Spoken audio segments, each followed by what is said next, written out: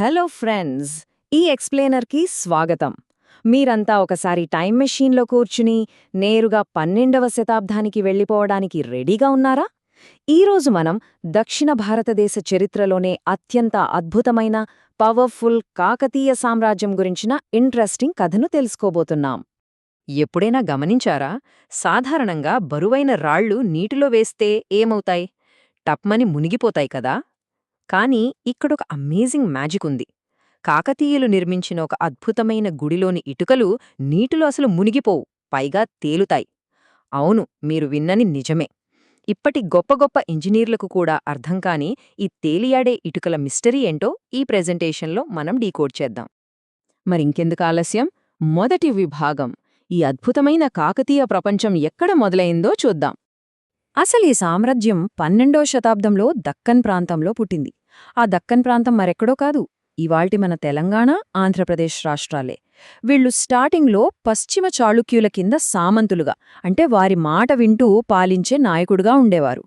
కానీ రెండవ ప్రోలరాజు అనే పవర్ఫుల్ లీడర్ నాయకత్వంలో ఇక మేం ఎవ్వరికీ సామంతులం కాదు అని స్వాతంత్ర్యం ప్రకటించుకుని స్వంతంగా రాజ్యాన్ని పాలించడం స్టార్ట్ చేశారు. ఇప్పుడు రెండవ విభాగంలోకి వెళ్దాం.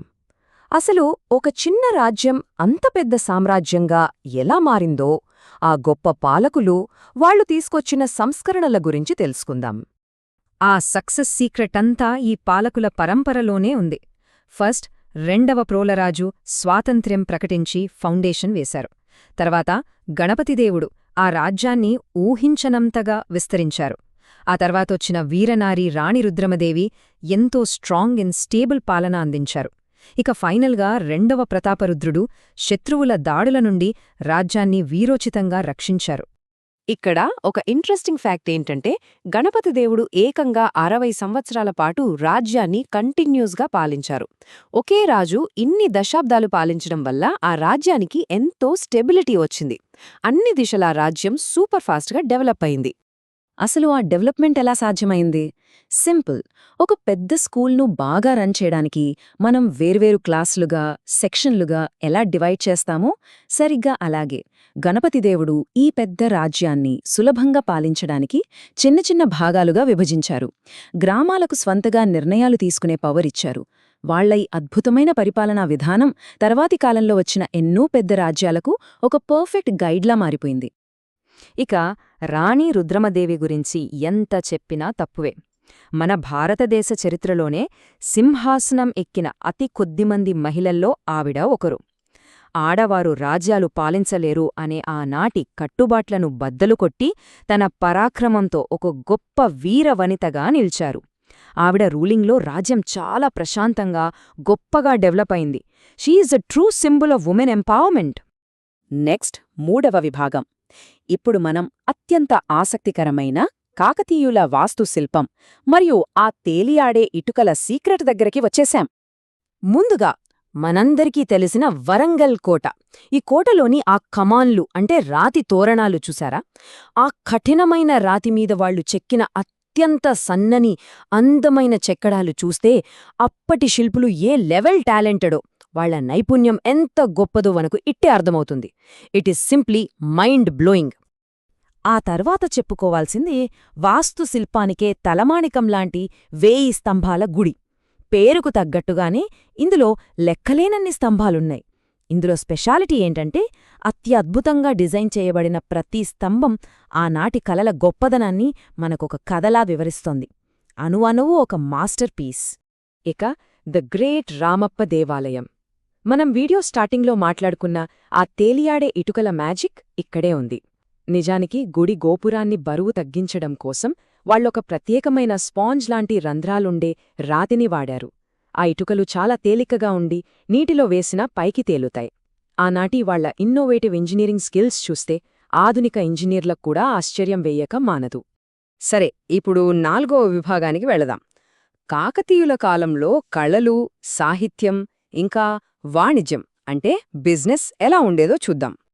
వాళ్లు కేవలం కట్టడాలే కాదు, మన తెలుగు, సంస్కృత భాషలకు గొప్ప ఆదరణ కల్పించారు.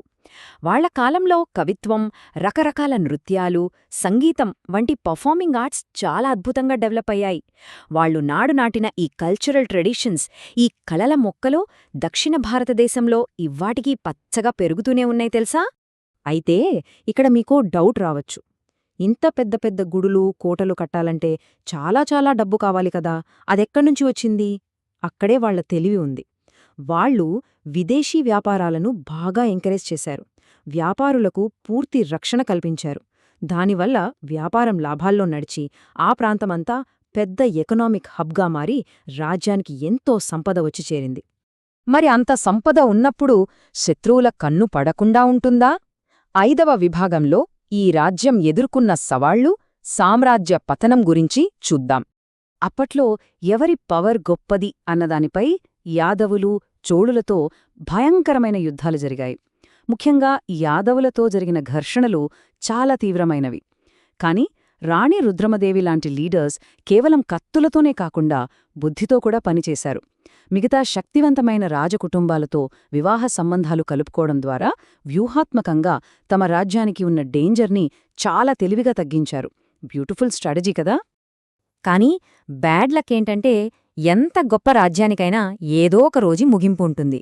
14వ శతాబ్దం స్టార్ట్ అయ్యేసరికి రాజ్యంలో స్వంత వాళ్ల మధ్యే అంతర్గత గొడవలు మొదలై పవర్ వీక్ అయిపోయింది. కరెక్ట్గా అదే ఛాన్స్ అనుకుని ఢిల్లీ సుల్తానులు బయటి నుండి పదే పదే దాడులు చేశారు. పాపం రెండో ప్రతాపరుద్రుడిని వాళ్లు బంధించడంతో ఈ మహాకాకతీయ సామ్రాజ్యానికి ఎండ్ కార్డ్ పడిపోయింది. ఫైనల్గా 6వ విభాగం, రాజ్యం పోయినా వారు వదిలివెళ్లిన శాశ్వత వారసత్వం గురించి మాట్లాడుకుందాం. కాకతీయుల రూలింగ్ ముగిసిన తర్వాత వచ్చిన మరో గొప్ప రాజ్యం విజయనగర సామ్రాజ్యం. ఆ రాజులు ఈ కాకతీయుల వారసత్వాన్ని వదిలేయకుండా అద్భుతంగా కంటిన్యూ చేశారు. వాళ్లు వదిలివెళ్లిన అద్భుతమైన కళలు, తెలుగు సాహిత్యం, వాస్తుశిల్ప శైలులను పాడవకుండా మనలాంటి భవిష్యత్ తరాల కోసం భద్రపరిచారు. సో ఫ్రెండ్స్, ఇదంతా గమనిస్తే మనకర్థమయ్యేదేమిటి?